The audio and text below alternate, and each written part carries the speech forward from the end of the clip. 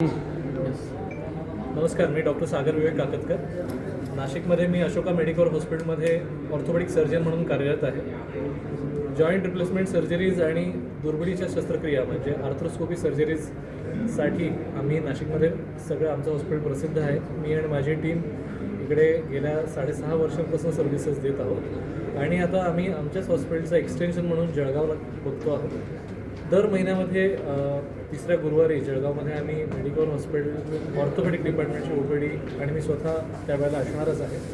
ही OPD चालू करण्याचा मानस आमचा आहे आणि येत्या महिन्यापासून आम्ही ती चालू करतो. तर किती वर्षापासून आपण या इच्छित प्रॅक्टिस करतो?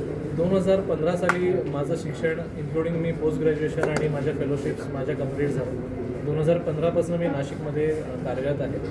नाशिकसोबतच मी पुण्याला सर्जरीज करतो आणि मालेगाव धुळे इथे पण 2015पासून सर्जरीज करतो. आता जळगावला पुढे करणार sir? Piyush hospital ring road जळगावला पियुष हॉस्पिटलला कधी असणार? तिसऱ्या गुरुवारी सकाळी OPDला साधारण 10:30-11 वाजेपर्यंत. प्रथम फी किती राहील सर पेशंटची? प्रथम फी हे पियुष हॉस्पिटलशी डिस्कस केल्यानंतर आम्ही सांगू, पण साधारण 550 रुपये हे फर्स्ट कन्सल्टेशन असेल. आणि जॉईंट रिप्लेसमेंटचे जे ऑपरेशन राहील एका पायाची सर्जरीची किती पर्यंत खर्च लागतो? सो जॉईंट रिप्लेसमेंटमध्ये आपण खुबा आणि गुडघा हे दोन्ही रिप्लेस करतो पायांमध्ये. खुब्याच्या रिप्लेसमेंटला आम्ही फक्त इम्पोर्टेड सांधे वापरतो आणि त्याच्याने साधारण 2 लाखापर्यंत एका खुब्याचा सर्व खर्च होतो मेडिसिन वगळता. आणि गुडघ्याच्या सर्जरीचं आपण बघितलं तर 1,75,000पर्यंत हे आमचं नी रिप्लेसमेंटचं पॅकेज आहे.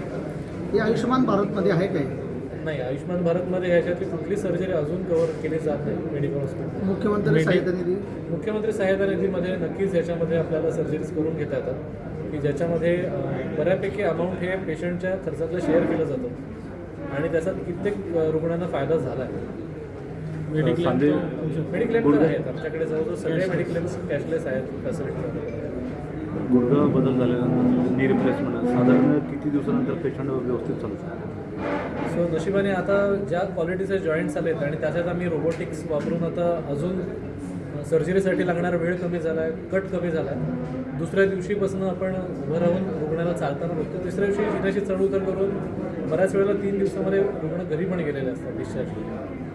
रोबोटिक्ससोबत काही AI टेक्नॉलॉजी वगैरेचा आपण सो अजून AIचा रोबोटिक्समध्ये डायरेक्टली जॉईंट रिप्लेसमेंटसाठी यूज होत नाही आहे, पण मे बी पुढच्या काही वर्षांमध्ये येईल.